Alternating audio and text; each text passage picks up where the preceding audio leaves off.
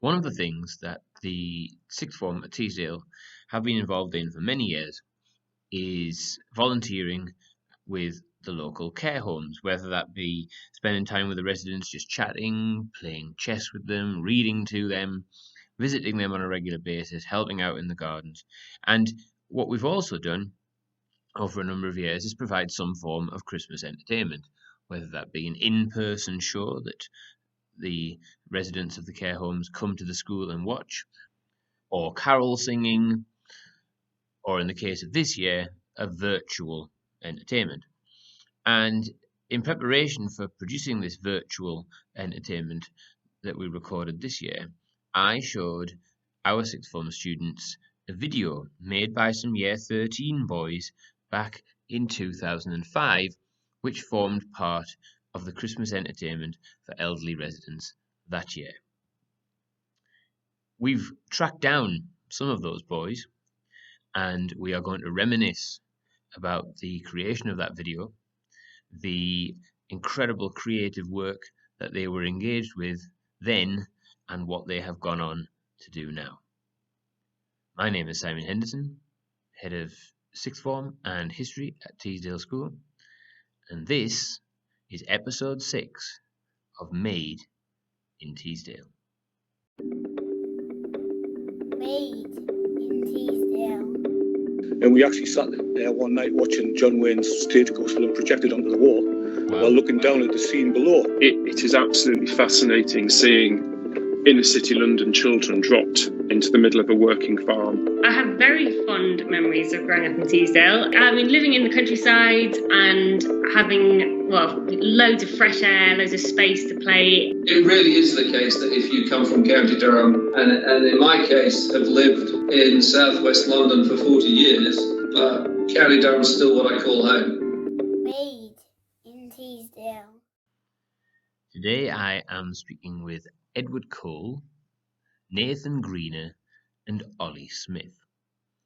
And for those of you who were at Teesdale School in 2005, either as students or as staff, maybe if you were a parent of a student at that time, you will probably know that they were responsible for the legendary Backstreet Boys video. Ollie as the cameraman and director, Nathan and Edward starred in said video. Even if you have not seen this before, even if you were not a student or a member of staff in 2005, the episode you're about to hear shows how much memories made as 17 and 18-year-olds can stay with people for the rest of their lives, and how much a friendship formed in school can endure for such a long time. So sit back, relax, and listen to the boys reminisce. Oh, and even though this is a podcast, you are going to get to see that Backstreet Boys video and some of the other work that the boys talk about. So I have with me 3 members of the team responsible for the legendary Backstreet Boys video. I have Edward Cole. How are you, Edward? Very well, thank you. Thank you, Simon. Very well. And I have Nathan Greener. Hello, everyone. Nathan Greener, live from Canada, is that right? That's right. I'm in Calgary, and it's pretty chilly. Snowy, frosty, minus 10 degrees. Great. And Oliver Smith. Hello. Great to be here. Excellent. Right. So I wonder if we could start casting our minds back. 15, 16 years to the great Backstreet Boys video? Is it that long? Yeah, I think so. Yeah. So I know it's a frightening thought. So it's more frightening for me because I'm older than all of you. So Edward, talk to me about what you remember about filming this masterpiece and putting it together.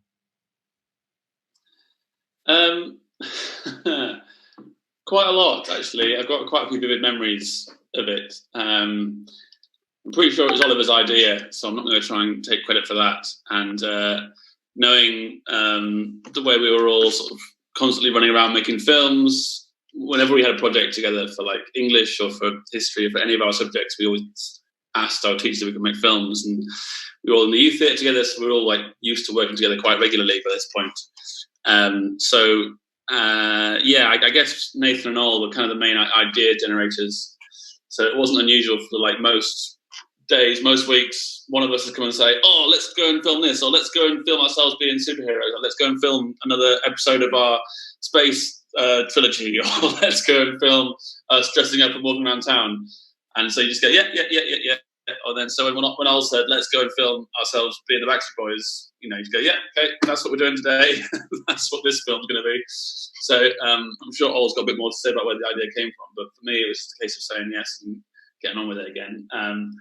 Obviously, it was originally for the sixth form entertainment, which I won't say we took full control of, but we were, as performers and being members of the youth theatre and doing the school shows, we sort of thrust ourselves into the limelight somewhat. Key players. Probably quite big-headedly, and everyone else was probably rolling their eyes at us and going, "Oh, these idiots who are taking control of the performance stuff again." But so Ollie just had this idea. We'd reshoot the famous Backstreet Boys "I Want It That Way" video, which is a fantastic song, and I was always a huge Backstreet Boys fan. So again, didn't need asking twice. And we just got lucky with some good weather, and I don't know, decided to go around Barney. The lucky thing being, of course, Barney Castle's got some wonderful places for shooting outside the Boat Museum and down by the river, and all these gorgeous shots. My only memory of the first day is being really ill and having a bad cold, and being at home and get a text from Ollie being like, "Today's the day we're filming, why are you at home?" And I was like, "I've got a cold, I'm not coming in school." And you're like, "Well, we have to film." And Ollie came out and knocked on the door, and the other four of them were all like dressed the same with like jeans on and tight white vests. And I had to sort of just grab a pair of dirty jeans, which I'm sure were torn and like ripped and then muddy, and I had like a white shirt. So there's a few shots which I thought shooting the first day, everyone's looking like hunky and like a boy band, and I've got an oversized white shirt that's sort of hanging off me and some jeans, and I look like I've been ill with a cold for the last 24 hours. Which is kind of seems to be fine, but yeah, that's my memory of it starting. Nathan, I'm sure you've got a lot more. You can, Nathan, the shot that people will see it soon, even though this is a podcast, we're gonna play the video. Is the opening scene of you on a bus stop seat with some old ladies, and people are drawn to your hunkish good looks, but they're also drawn to the face of. I'm not sure whether in one of the old ladies it's sort of horror. The other one looks a bit perplexed. What are your memories of that opening scene and the video in general? I remember we just stopped in the middle of Barnard Castle and we were like, okay, where do we start? And we were looking around, and there was a lady on the bus stop bench, and I can't remember if it was me or who it was that had made the suggestion originally and said, just go over there. Someone should just sit next to her. And it was kind of like yeah, that would be funny. Oh, yeah, why not? Let's do it. And it was one of those moments in your life where you're like, you suddenly get this bubbling up of, I don't know where the confidence came from, but I just went and sat next to her, and everyone else was on the other side of the road listening to the music, and I couldn't quite hear the music. You can see David Gatesby in the reflection of the bus stop. Oh dear, yeah. Yeah. And then another couple of ladies came and sat next to me on the other side, so I ended up being like sandwiched in, and they thought, of course, that I was waiting for the bus, and I didn't sing out loud. I was just miming. And to watch it back afterwards and to see their reaction, I didn't explain it to them. I just went and sat down. And, afterwards, did you explain it to them? No, I don't think we ever did. I don't think they know. I do wonder if any of them are still around, and if they realise that yeah. Ollie, you're the director and filming mastermind. Talk us through this project. Yeah, well, first of all, I just think it's very sort of funny / tragic that this thing is still following us around after all this time. Although you could tell at the time that it was going to. But I remember a few things slightly differently. So the idea, for one thing, I don't think was mine. I think, from what I remember, the CD player in the common room, sixth form common room, was a very sort of contentious thing, because it was in the cool corner where only the cool kids sat, for one thing. And there was a very limited selection of CDs. It's a very limited selection of CDs. Don't kid yourself, Ed. Don't kid yourself. And so I think it was Luke Close or Dave or Nathan. The Backstreet Boys song was one that came on often and was often requested. That and House of the Rising Sun. That, you know, would just play on repeat. And I think it was somebody else. We'd probably all pin the blame on somebody else, but I think it was somebody else's idea to do this video. Because I kind of just remember being this sort of approach to be like, oh, we've got an idea to do this for the entertainment. And I was like, oh yeah, okay, cool. And I don't know if it was the same day that we literally rallied around to get the costumes and, like, you know, so it'd be simple, like we'll just get like jeans and a t-shirt. We all knew what the brief was going to be because we've all seen those kind of videos, and it came together like really quick, and we were either filming it by like that afternoon or that morning. Yeah. But Ed wasn't around, and it was I think we were debating who was going to be the last Backstreet Boy, because you weren't in school.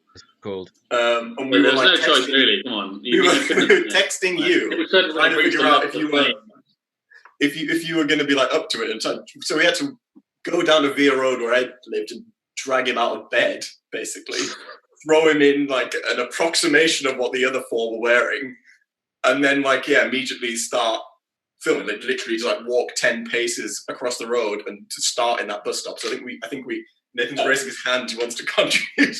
That makes sense, because with that being where we started, and you're right, it was very spontaneous how it came about. It may have even been that same day. And we started with that sort of energy from the bus stop, like, oh, is this what we're going to be doing? We're going to be putting ourselves into these funny situations. And it continued throughout all of our different shooting locations. And then towards the end, we got to this point where we're like, are we going to manage to finish this? And what do we do for the ending? And then we came up with the idea of, well, why don't we just end it on stage? And that was kind of that final crowning moment that everyone remembers. We ran out of footage. It goes black, and we had the curtains open. Because I think partly as well where the idea came from was that the sixth form girls always used to do like a dance, right? That was always like their thing they would like do in the entertainment. The cool girls would do like this dance. And I think there was part of it was like we wanted to like a boys' version of that. And I'm not sure if actually the idea of doing a dance on stage is what morphed into doing the video, and then we sort of did a combination of the two. I just remember I was in it'd be the fourth year of my teaching career, and this was the pinnacle of my career to this point. My job was to pull the curtain and hit the lights at the right time. That was you. That was what an amazing job you did as well.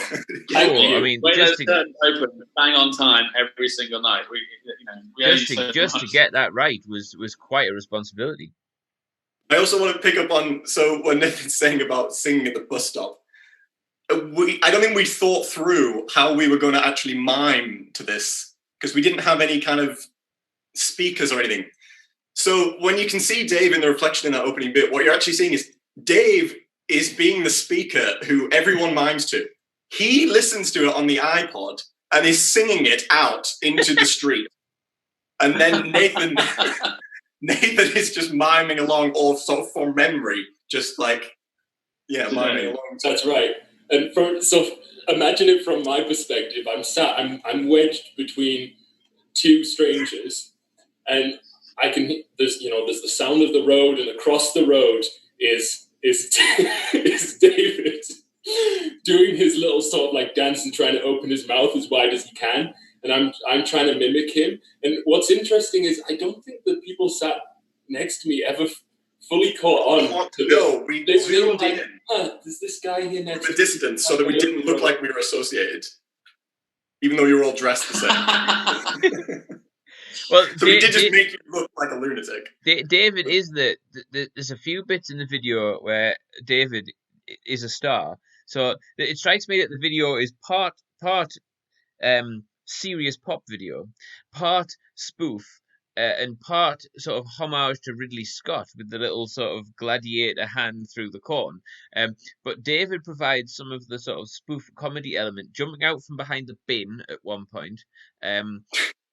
So some sort of extreme dance move on the top of a picnic bench, and walking across the green bridge in his tight-fitting vest, looking like a sort of Rambo wannabe or something like that. David strikes me as throwing his heart and soul into this video. I think you're right. There's a sort of variety of tones, and that reminds me that the first shot I was in, chronologically in terms of the filming, was the very last bit you see before the curtains, a part of the film video, which is the you are, when everyone jumps out from behind a tree at a time. And that must have been immediately after we filmed Nathan's bus stop moment, which makes sense as well, because that's very, very close by geographically, just around the corner. And I was still sort of not quite with it and not quite aware of what was going on. These guys had made plans and said it was going to look like this. So I hadn't quite judged the tone. It was going to be more sort of, we're taking ourselves seriously, and that's the comic thing, is that we're like, yeah, we're being cool. But I'm like, so if you watch that first shot again, you'll see everyone jump out and go, you are, and I haven't got the tone of it yet, so I'm being really slapstick, and I jump out and go, you are! And it looks like really out of place and ridiculous, because only I didn't realise until that point, I was like, oh, right, we're doing some serious things. But yeah, things like Dave coming out from behind the bin, and there's actually an outtake of that shot where Dave falls over, which is Harrison stitches for all hell. It's you that falls over it. You come out. You attempted in the first time, and there's leaves. David had to take over when you failed. That's right. Yeah, I was because Dave comes up from behind the bin and goes there, and I come in from the side, and Luke's head comes in like right in front of the camera, which is actually I think one of the best bits. It's pretty hilarious. But yeah, you're right. That's the person stacking it was definitely me. But it was rainy that day, and again, I was ill. So. That's your excuse. You know, at the end of the day, like, yes, it was a spoof, and we knew we wanted to be funny, but deep down, we all wanted to be Backstreet Boys, right? Like, we aspired to that. There's something about being able to have permission to perform in that sort of way, like be in a music video, that was just wonderfully thrilling, I think. Yeah. So I think. Go on, Ollie. No, I was just going to say what partly accounts for the is it a joke? Are they taking themselves seriously? Is I think that possibly those boy band music videos are a bit beyond parody. So I think we were trying to make a parody, but then it just seemed as if you had to just take it seriously because they do it so ridiculously anyway and ridiculously sincere that you end up just making a genuine kind of copy of a boy band video. But well, having said all that, let's watch Backstreet Boys video. Was it circa 2005? Is that when it was? Yes. Maybe 2005. Yeah. The first 6 minutes. No, maybe the second 6 minutes, wouldn't it? Yeah. No, was that when we were in Upper Six, 2005. Yeah. So Upper Six, 2005. 15 and a bit years ago. Here it is. Yeah. You are my fire, the one desire, believe when I say I want it that way. But we are two worlds apart, can't reach to your heart when you say that I want it that way. Tell me why ain't nothing but a heartache. Tell me why ain't nothing but a mistake. Tell me why I never wanna hear you say I want it that way. And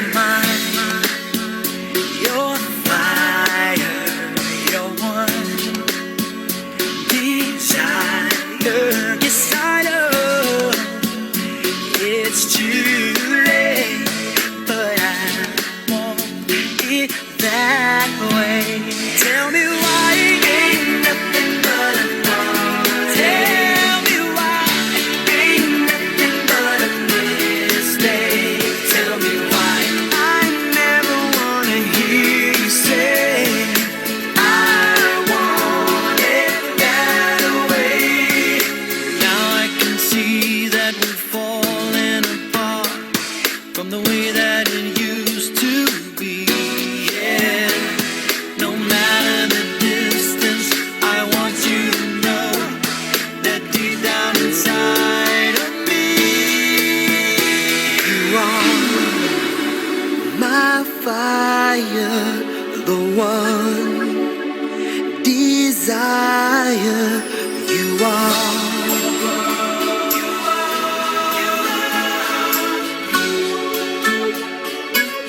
Don't wanna hear you.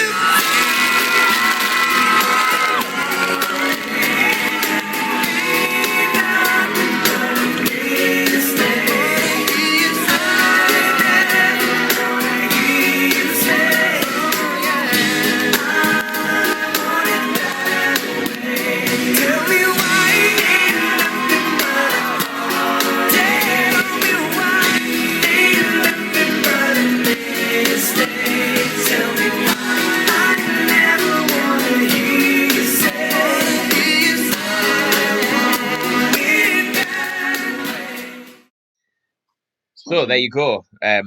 It for me, it hasn't lost, even though it's 15 years, and probably Ollie as the filmmaker has loads of amazing technology that could probably produce that in a sort of more glossy fashion 15 years later. It still looks amazing. It hasn't sort of lost its comic genius. And in fact, for this year, when at the current sixth form were preparing a virtual Christmas entertainment for the residents of the Beaconsfield care home, I showed them that as as inspiration for our Mariah Carey lip sync, and they were all raving about it. And I went in the common room, and they're all watching it on their phones, and they were like, "Oh my god, that was amazing!" So it definitely hasn't lost any of its appeal after 15 years.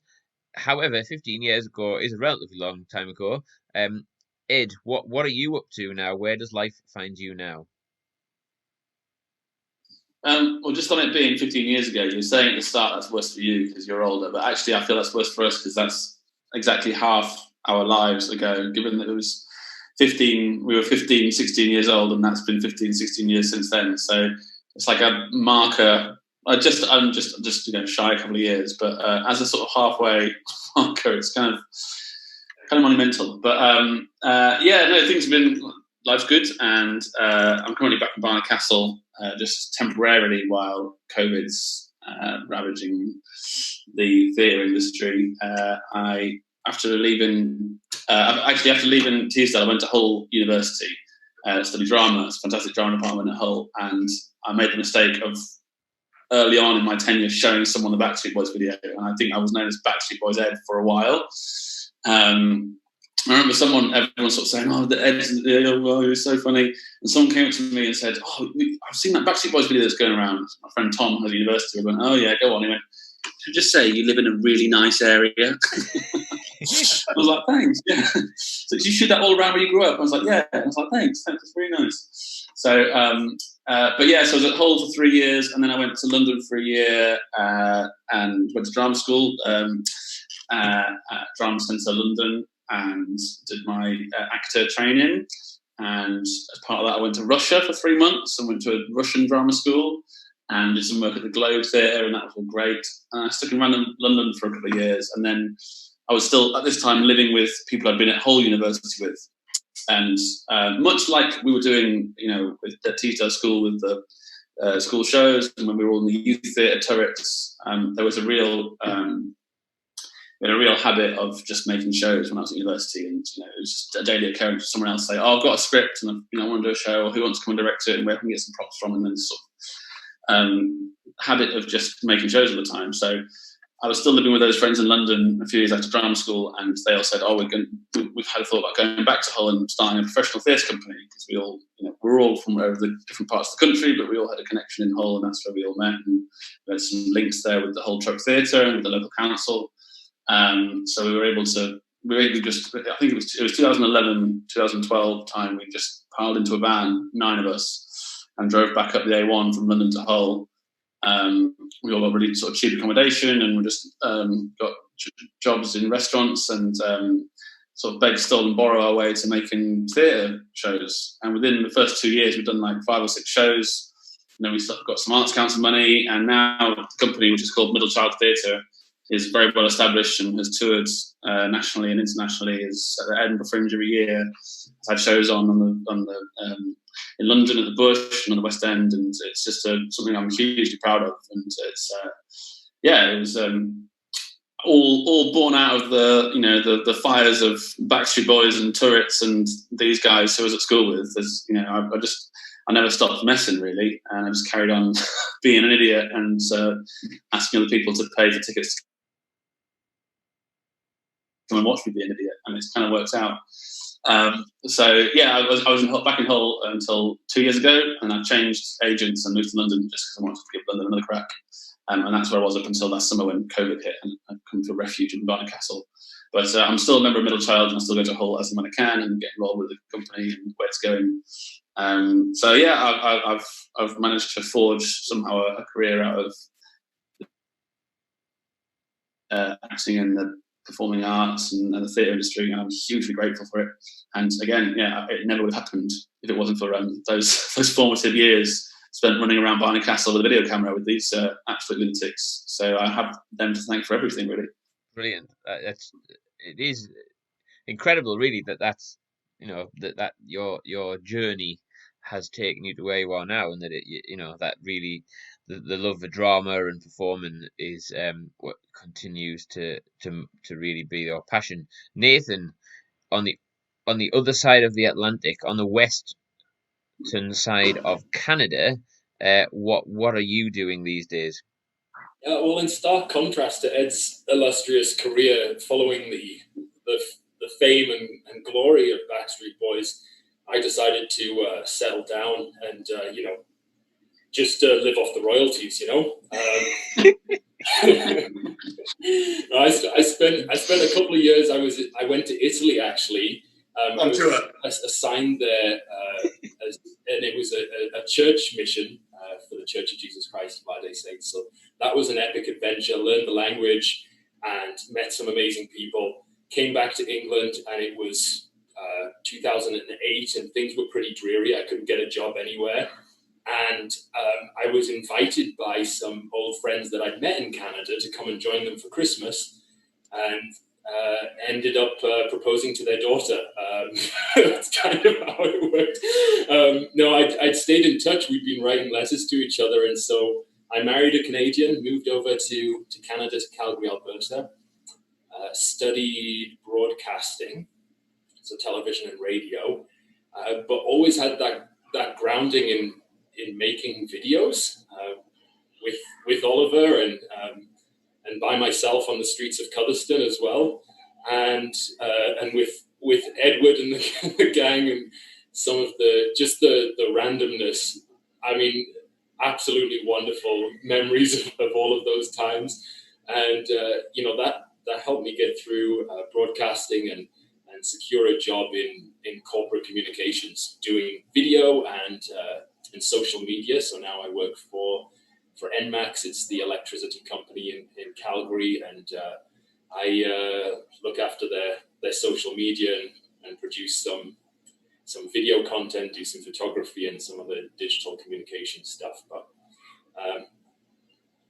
still do dabble in theatre once in a while, and really enjoy the opportunity to do that. But I have 4 children now, and they take a considerable amount of my time, and they're really the pride of where my life is right now. So they're the oldest is 8, the youngest is 1, And I think we can hear them excitedly in the background. Yeah, you can hear them playing in the background, and I'd say that I probably find like I get the most joy in spending time with them, basically being an idiot again, doing Backstreet Boys type things and fueling our imaginations. Have you tried to recreate a video with them? Have you got them all little outfits and just recreate it? I'm just saying, could work. Time will come, no doubt. And Ollie, again, there's all three of you there that have got that have really got a connection with performance and film, and absolutely that's where you've continued. Yeah, man, I'm still just doing the same shtick. I haven't moved on. Wouldn't have it any other way. I'm still just kind of messing around making videos. I've been a freelance sort of videographer since 2008, I think, till now. And I still very much consider myself an aspiring filmmaker in the sense that sort of fiction is what I'm like still kind of chipping away at. Made my first kind of little indie feature film a few years back, which was like a sort of pipe dream of mine for some insane reason. Always wanted to make like a zero budget, do-it-yourself style video feature film, which I actually started to write whilst I was in sixth form, I think. And then I think I tried to make it a couple of years after that and failed miserably, took on way too much. And then I think another 2 or 3 years went by and I eventually managed to pull that off. And since then I've written like another 2 feature film screenplays that I'm trying to kind of maneuver at the moment into some kind of financing position. Yeah, so that's pretty much me. I've seen Verve, which is your indie film, and Ed's in it. I was at the premiere and it was very good, and I got told off by my wife for laughing too loudly. So it was. That's not how cinemas work. We want you to laugh, No, so the various bits of comedy in it, I was like really guffawing, and she was like digging us in the ribs, like, you're embarrassing me. People aren't laughing that much, but I thought it was very funny and it's very good. I think that comes from possibly because you knew some of the cast though as well. Yes, possibly. So obviously, we find ourselves at the moment in a tricky position across the entire globe. Society's changed. Lots of people's lives are different. We've got kids at the moment who are being homeschooled. Our own students are having to adapt to remote learning. Your lives, no doubt, have been impacted by this in many ways. I'm wondering what advice you could offer to students who are working from home, something to try and help them navigate the difficulties of staying motivated and keeping themselves going at this time. We'll start with you, Ed. What words of wisdom do you have? I'm not sure about wisdom, but I've just a few words I can pass on, certainly. I've been doing some work actually with a couple of local youth theatres, Turrets, which we were all members of, is still going, and Rupert, our friend Rupert, runs it now. So I've been helping out with him and running some sessions. A lot of those have been on Zoom. There's a few in-person ones in September, October, but mostly on Zoom. And also with the Jackass Youth Theatre, which is over the way in Weardale. I've been doing some online sessions with them as well. And it's really quite sort of harrowing, inspiring at the same time to see how much some of the young people having to deal with and how well they are dealing with it in a lot of the ways. It's really unprecedented, as we all know, and difficult, and especially for that age group, which I've been dealing with, this sort of, between 8, 9 and 16, 17. And it's such, having this conversation, what it proves now is that time is so valuable, and things can happen in an instant, in a day, in a couple of days, that you remember for the rest of your life, as this conversation here is proven. And that's kind of getting robbed from that generation because they aren't able to have those experiences. And that's something that has been on my mind quite a lot. So, in terms of how to deal with it, I think just in any way you can, in any way to respond to the situation is normal, because this is an abnormal situation. There's no guidebook. So anyone who feels guilty for not being productive enough or not, socialising enough or being too reclusive or whatever, shouldn't feel that way, because it's unprecedented and everyone should be able to feel empowered and able to deal with it in their own way. I think that's really important. People shouldn't feel guilty if they respond in different ways. For me, just structure to the days is essential. I started running. I hate running, but I put on a lot of weight very quickly at the start of lockdown and thought this won't do. And as much as I hate running, I bought some really expensive trainers to force myself to go, because the only thing I hate more than running is spending money unnecessarily. So I'm great on a night out, I'll tell you. But I bought some trainers, and then that was in sort of March, April, and then by November I was running like 2 or 3 10Ks a week, and I just got really into it, sort of threw myself into it. So I run pretty much every morning, and just do a lot of cooking, and most of my work is ad hoc anyway. My girlfriend who I live with has got more structure to her days and has to log on and be online at certain times. But for me, as a freelance actor, I'm very used to having to put structure into my days anyway, and it's always something I've struggled with. But now more so, and it certainly feels more claustrophobic, and there's all those kind of things. So yeah, plenty of exercise, plenty of outdoor time, or as much as you can if you're allowed. That's a lot easier for me to say now that I'm back with Barney, because in London that was a real problem, even in May, June, July, and the first time round. Just getting outdoors, there was no free outdoor space. Every park, every roundabout, every curb seemed to be crammed with people all the time, desperate to get some fresh air and some space, which was the main reason that we ended up leaving London. But structure, fresh air, exercise, and just also go easy on yourself, and remember that however it is that you're responding to it, that's the best way. That's your way, and don't feel ashamed of that, because it's really unprecedented. Yeah, good advice, Nathan. Yeah, that's some solid advice.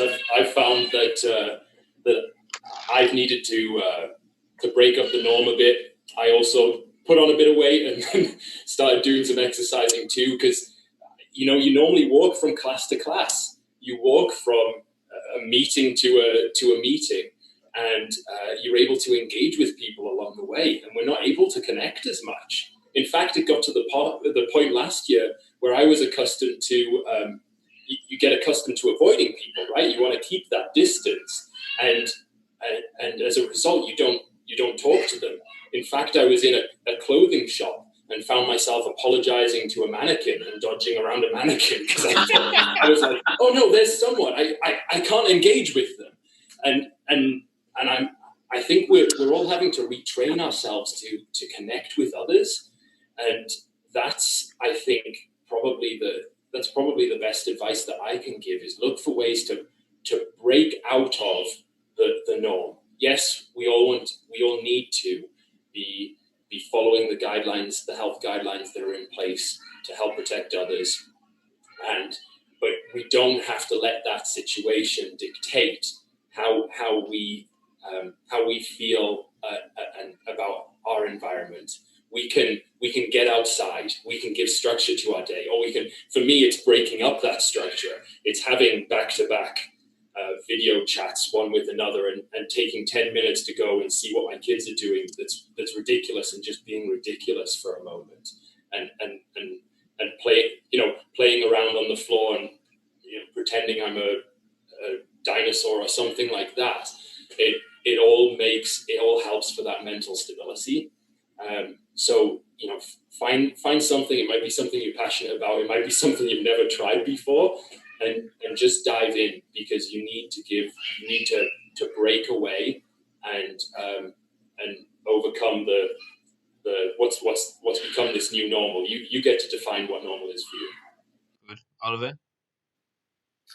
I don't know if I have a ton to add on to all of that. Great, very sage advice. Although I will say, this speaks to growing up in Teesdale as well a little bit, is that boredom can be creativity's best friend, like a lot of the time. So I hope for the creatives who are out there who can't do any theatre, for example, or any of the collaborative arts, I hope they're finding some sort of the time and the space to explore their own imaginations and kind of inner lives in a productive way. Yeah. Ed said something earlier. Ed said something quite profound. I think that when you're 17, 18 years old, like 2 days can change your life. So something like that you remember and that you still remember now. On that theme, what other moments in Teesdale School stick with you apart from the Backstreet Boys? Well, most of them do involve either performing or filming or whatever.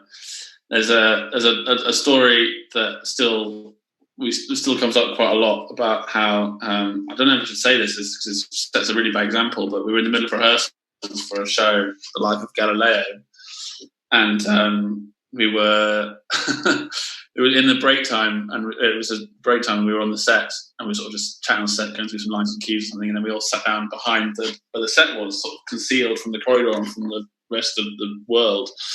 And the bell went, and we were like, "Oh, can you go lesson?" And then like 5 minutes went by, 10 minutes went by, and we were like, "Well, we'll just sit here, and we'll just, well, for want of a better word, skive." And it's very naughty and no one to do it. We hadn't been explicitly told to go back to lessons. Really? Yeah, so we found a way of justifying it in the head of like, well, no one's come and told us, even though everyone knows that's what the bell means. And our drama teacher at the time is Liz Moss, who is, I'm still in touch with them, I think we all are, is a good friend of ours now, sort of came halfway through the lesson that we were all skiving. I think I was meant to be in philosophy and we're all meant to be in separate places. Definitely weren't meant to be in history, by the way. We never, ever missed a history class. Thank you, Ed. Yes, good, yeah. And then Liz turned around and went, "Oh my God, you're all here!" And we went, "Oh God, we've been caught." And she went, "That means we can rehearse this scene that needs rehearsing." That sounds like Liz.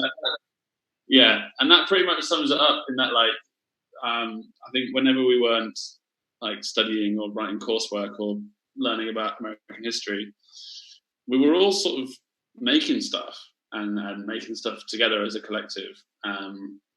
And I think in a quite what we wouldn't have realised at the time was quite a supportive way, in that like everyone was able to chip in. Everyone, if someone said something, it's always validated and always listened to, and it's very inclusive. And I think that's what the creative arts harbours, is a real inclusive sense and sort of collaborative environment naturally.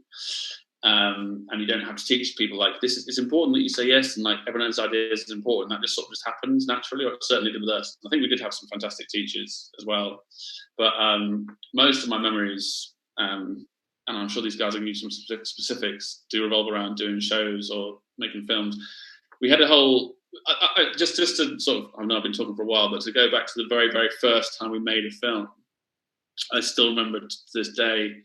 We were in a French class, and I think we were in year 8, maybe year 7, year 8. And I think Richard Boynton, who wasn't a Backstreet Boy, but was in the Sixth Form Entertainment, and as part of the storyline, he played Mr. Robinson, who was our science teacher, and he got made an honorary Backstreet Boy at the end of the show.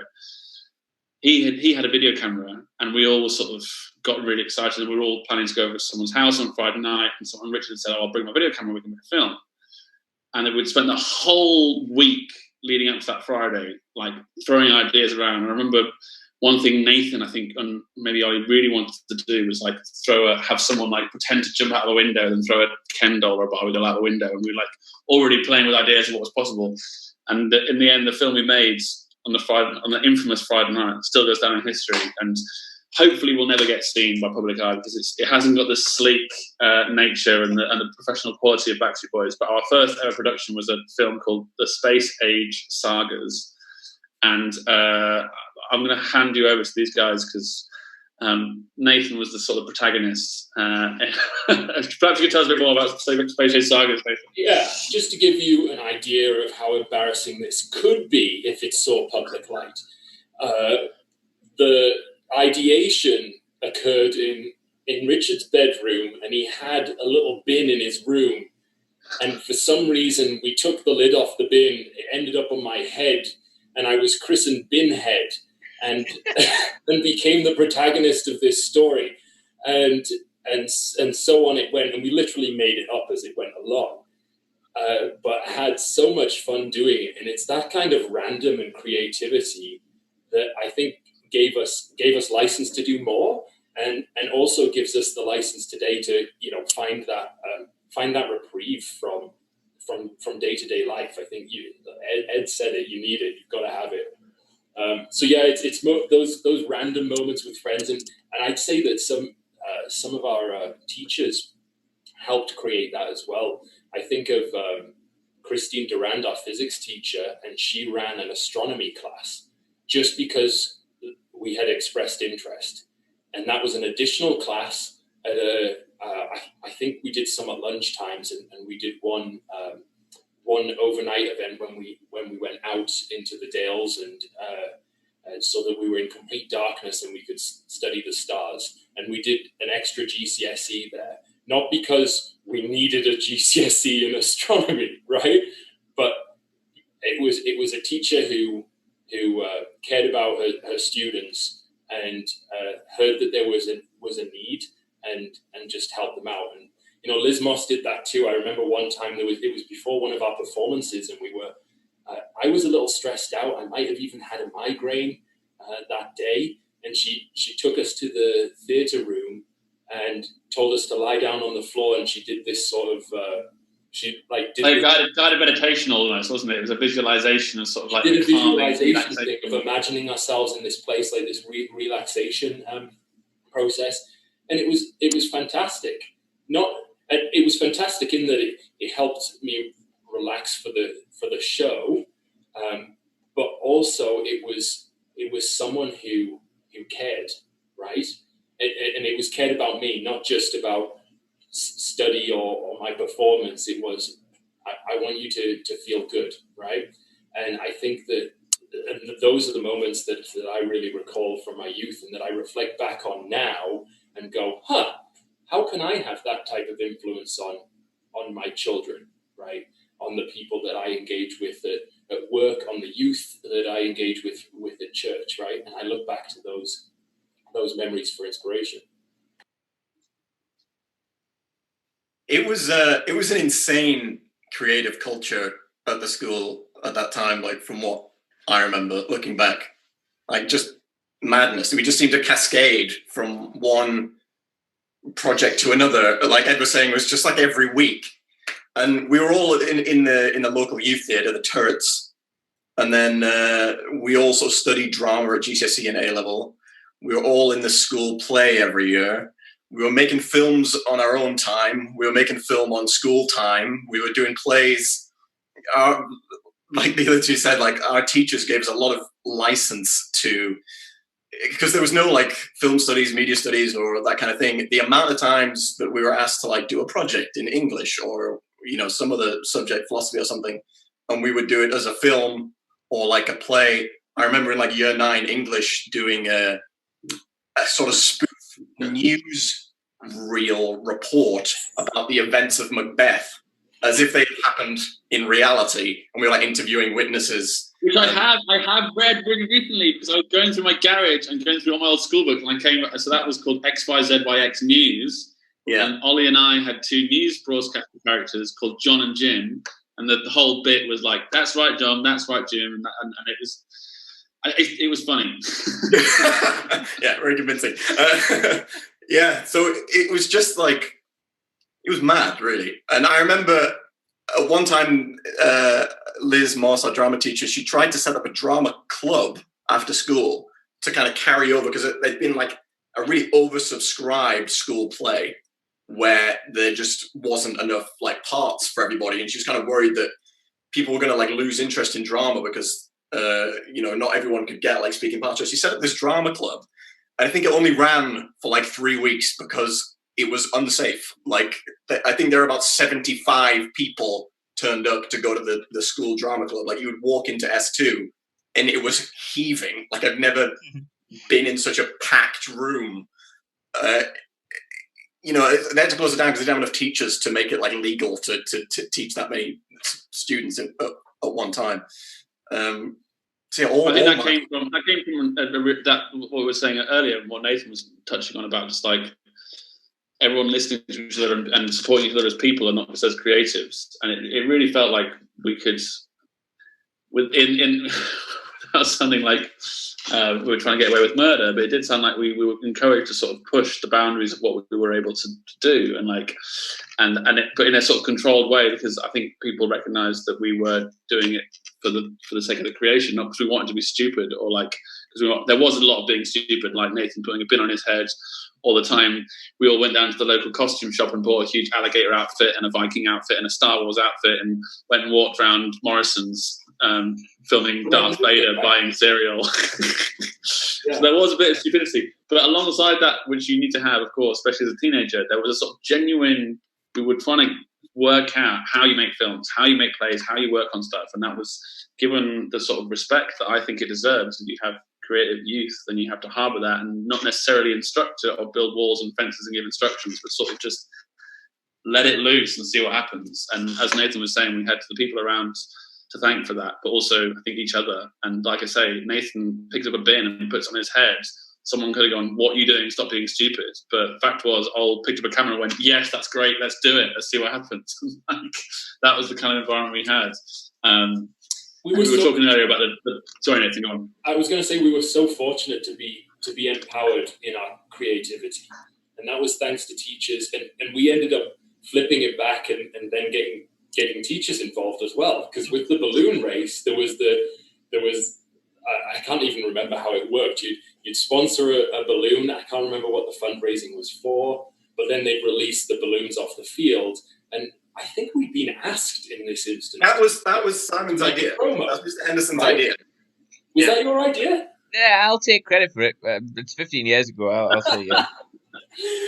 No, you were. I remember being in the common room and you came in and you were like, "So we've got this school balloon race thing. We were wondering if you could do like a little promo video to like promote it to help." Yeah, that sounds like something I would do. Probably expecting like a little, 30-second like, "Come to our balloon race. It's gonna be really fun." But of course, you don't get away that easy. It turned into a full like Hollywood style action movie trailer, and it's still one of my favorite things that you guys have ever done. Actually, it was absolutely brilliant. So we ended up with a kind of Invasion of the Body Snatchers style action trailer of balloons taking over the world, involving various teachers doing like classic action movie like lines and stuff. And here is the little movie blockbuster trailer that Ollie is talking about.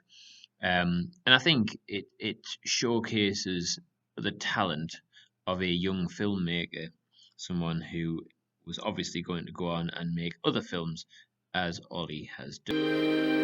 We're not like you. In fact, you could say we're not you.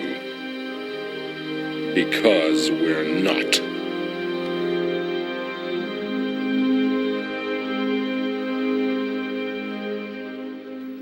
We watch you. We watched you walk up the street when you were young. In the supermarket. And cutting your vegetables.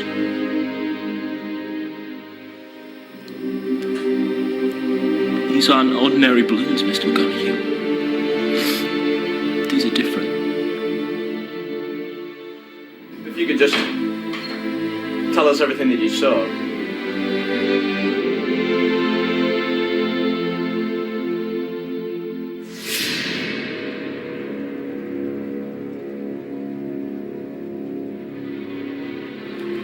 It's not to meet you, Mr. President. Thank you, Frank. I believe that the situation is critical. It's just balloons, Frank. This isn't a revolution, Mr. McGonagall. It's a race. It's not a race against time. It's not a race of skill or speed. It's a race for survival.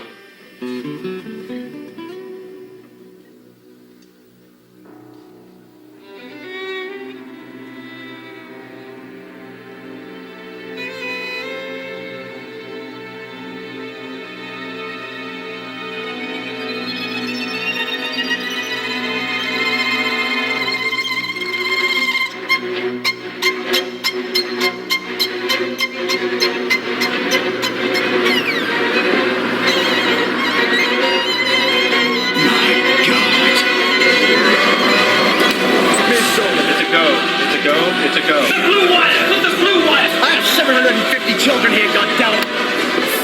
John, this is an FBI operation! Say nothing! You still losing. It's the balloon. What did it? Now! Listen, Bob, you can do this. The framework can generate a new metabolic structure. I'm trying. My name is Frank. We're going to you on to the FBI.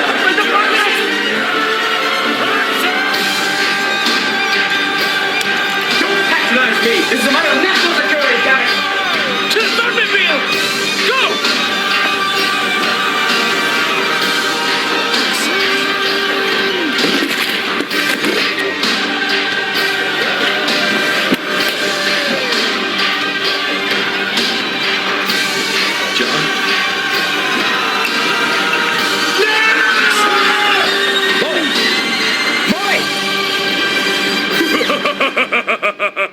Time to take a gamble on our race.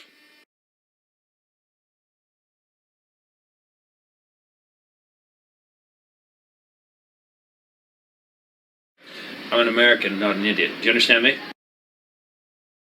Yeah, I remember another one we did was like the school concert that happened to be on St. Patrick's Day. So we filmed like an action movie about St. Patrick battling snakes. Remember this? Oh, yes!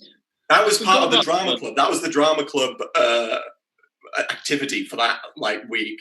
I We remember did having like a snake a parody of puppet on my arm.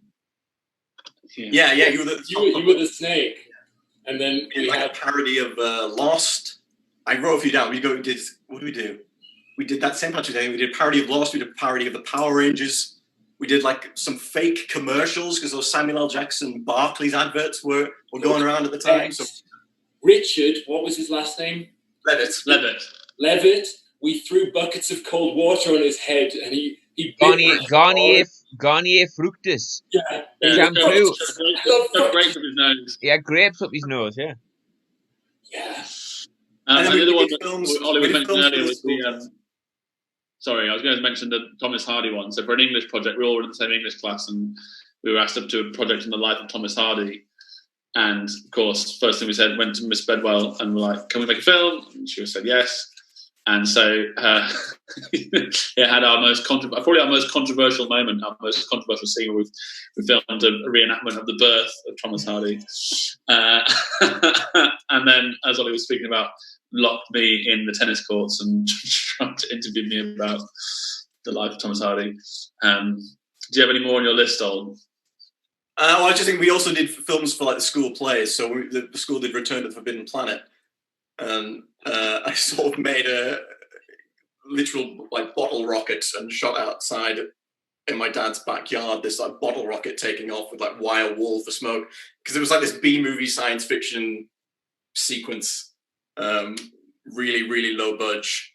But you know, it was just there was one time during GCSE where we had, for some reason, the school play got moved for the following year, something to do with exams maybe. So the school play was in like December, and then the next school play was in like March or something, for some reason. And then we had 2 youth theatre productions. So I think we performed like The Roses of Eam with the Turrets, then Cabaret with the school, and then like halfway through Cabaret we're like learning lines for Julius Caesar, which we performed with the youth theatre, and then went immediately into The Life of Galileo. Like, I don't know how we did any schoolwork, really. I think what's really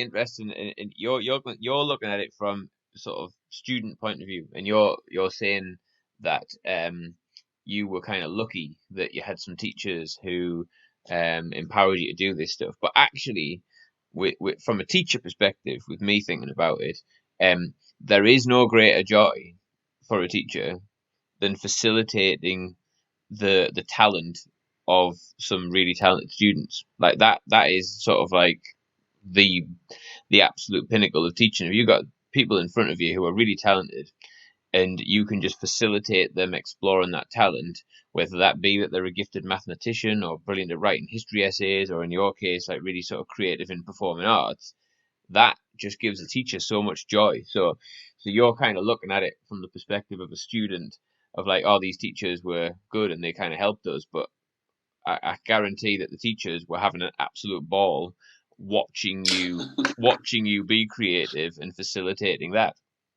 Well, that's the thing. I guess it was so much fun for us that we felt like we were getting away with something, probably. Like that they shouldn't be allowing us to do some of that. And I have to say, that kind of carries on in acting. I still to this day think, people is this actually a real career? At some point I'm going to go into an office and sit at a desk. I'm sure I am, but so far I've managed to get away with it. We were just speaking about, actually, before the interview as well, when right at the end of our sixth form, at the end of our final year, by this time there was a TV screen up in the reception of the school. And, we were making all these leaving plans and we had these trips. And someone said to Ollie, I think, that, it would be great if you could sort of put the best of or some clips from all your films and we had it on a loop on the screen. And of course, this was an excuse to make another film. So we made another film that was us breaking into the school and then like hacking into the mainframe and loading the best of film onto the thing. And I think that's where you probably got your most starring role, Simon, when you managed to get shot with lasers by Robot Stephen, which I still think was one of my highlights of the whole canon. One of the other excellent parts of that film, because we break into the school, but then we break into the computer. What was the guy called who ran the school's like intro? Travis and the other guy. But they didn't know what we were doing. We just turned up at their office. I'm like, can we shoot this scene where we like break in and take over the computers, right? But within that, we improvised a moment where Dave throws a knife into Travis's head. And we just improvised it, but the effect of it was actually really convincing. So it's actually quite harrowing when you watch in the school reception. There's a moment where we break into the school and full on murder somebody. To take over the computers. Yeah, it was quite a performance. It has been an absolute pleasure to spend this time virtually with you. I am sure that many people who listen to this, who went to school in that time, will listen with a giant smile on their face, sharing in your reminiscence. And I think people who maybe didn't go to school at that time or who don't even know you personally, if they'll listen to this, I think they'll get a real sense of your genuine friendship 15, 16 years after you left Teesdale, and just your talent and your enthusiasm for all things creative arts. And I think people will have had a ball listening to this. So thanks very much for your time. I really appreciate it. Thank you for getting this. No, that's all. I hope they understand what we're talking about. And even if they don't, whoever's editing it is going to have a job. But. Yeah, and even if they don't, it's great fun. And so even if you didn't really have a clue what they were talking about, if some of the references they made were not relevant to your connection with Teesdale School, I think you can agree that you can hear in their voices and you can hear in the stories that they told how important that experience at Teesdale School was for them in shaping the people that they are now and in forming those friendships that have lasted for the rest of their life to date. If you have an interesting story that you would like to share, or you know somebody who has an interesting story that you think would be good to share on this podcast, then please do get in touch and let me know. Until next time, stay safe, take care, goodbye.